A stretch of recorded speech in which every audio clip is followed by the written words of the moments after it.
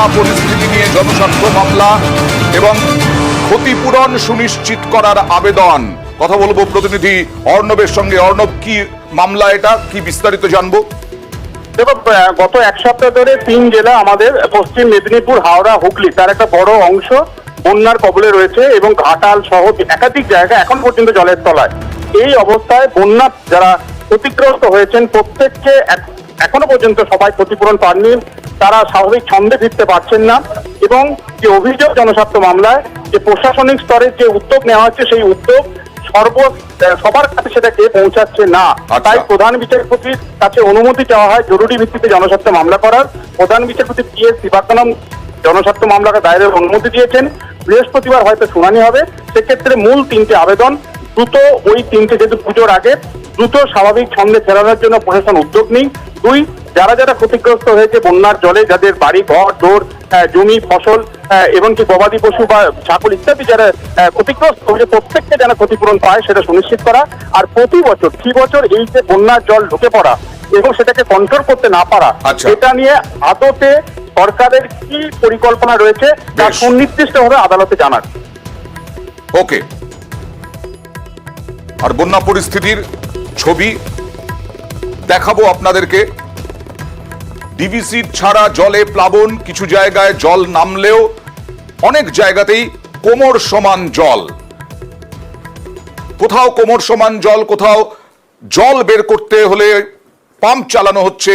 খানাকুল, আমতা, পাঁশকুড়ায় যন্ত্রণার জল ছবি দেখুন। হুগলির খানাকুল ভাসছে, জলমগ্ন 20টির বেশি গ্রাম পঞ্চায়েত। উঁচু জায়গা থেকে জল নামছে, নিচু এলাকা এখনো ডুবে। এই সব এলাকায় বাড়ির একতলা জলের নিচে,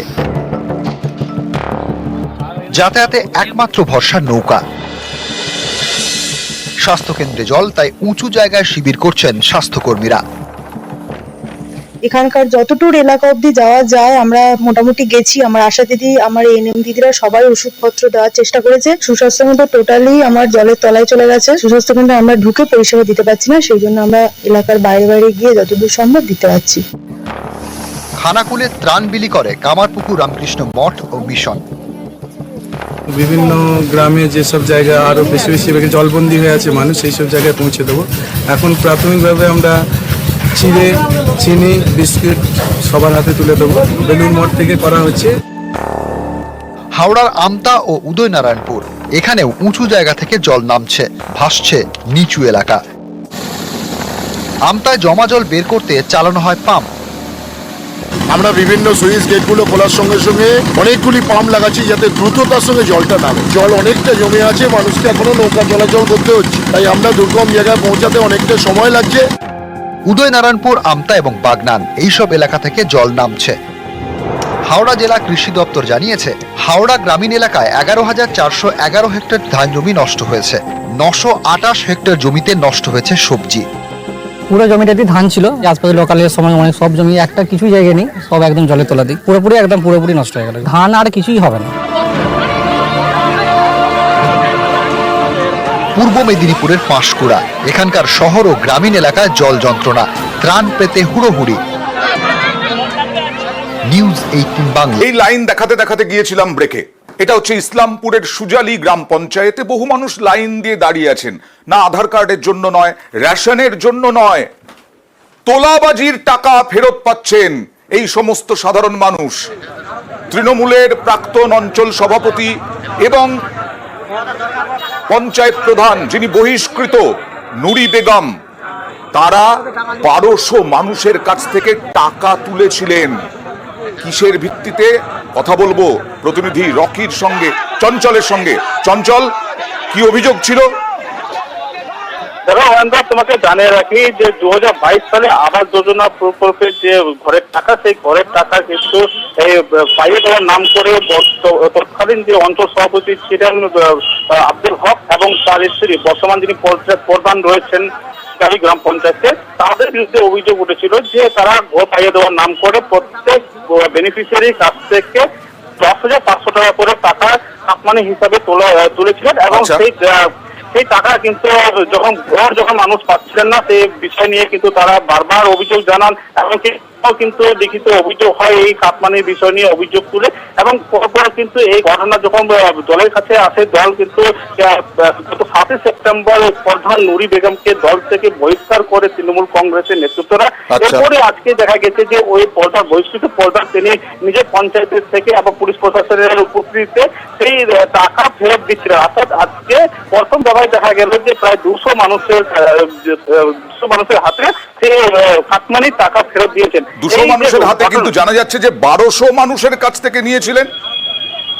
হ্যাঁ, এমনই কিন্তু অভিযোগ উঠছে যে জলে গ্রাম পঞ্চায়েতের যে যত মানুষ রয়েছে সেই প্রত্যেকটি পরিবারের পিছু কিন্তু তারা ঘর পাইয়ে দেওয়ার নাম করে টাকা দিয়েছেন, এমনটা কিন্তু অভিযোগ উঠছে, এবং প্রায় 12 থেকে 1300 মানুষ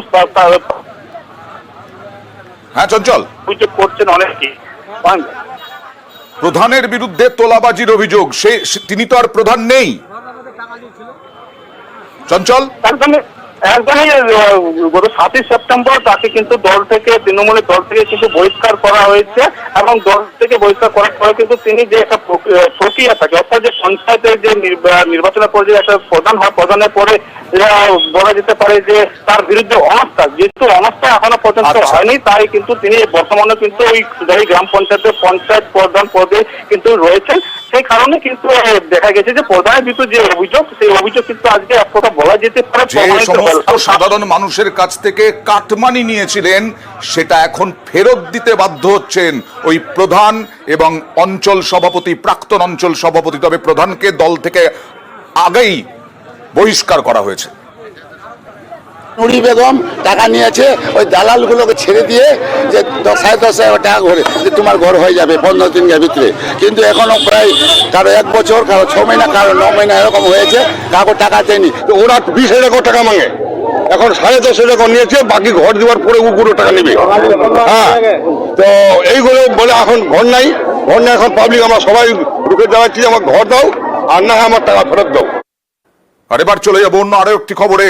বন্যা পরিস্থিতিতে এক 13 মাসের শিশুর মৃত্যু হলো মালদায় বন্যা পরিস্থিতিতে ভূতনিতে ফের মৃত্যু রাজ্যে। 13 মাসের শিশুর মৃত্যু কি করে হলো, কথা বলবো প্রতিনিধি সেবকের সঙ্গে। সেবক, একদমই, দেখো অত্যন্ত মর্মান্তিক এই ঘটনা। মাত্র 13 মাসের শিশু জলবন্দী ঘরে খাটের উপর ছিল, সবার অলক্ষ্যে খাট থেকে জলে পড়ে যায়।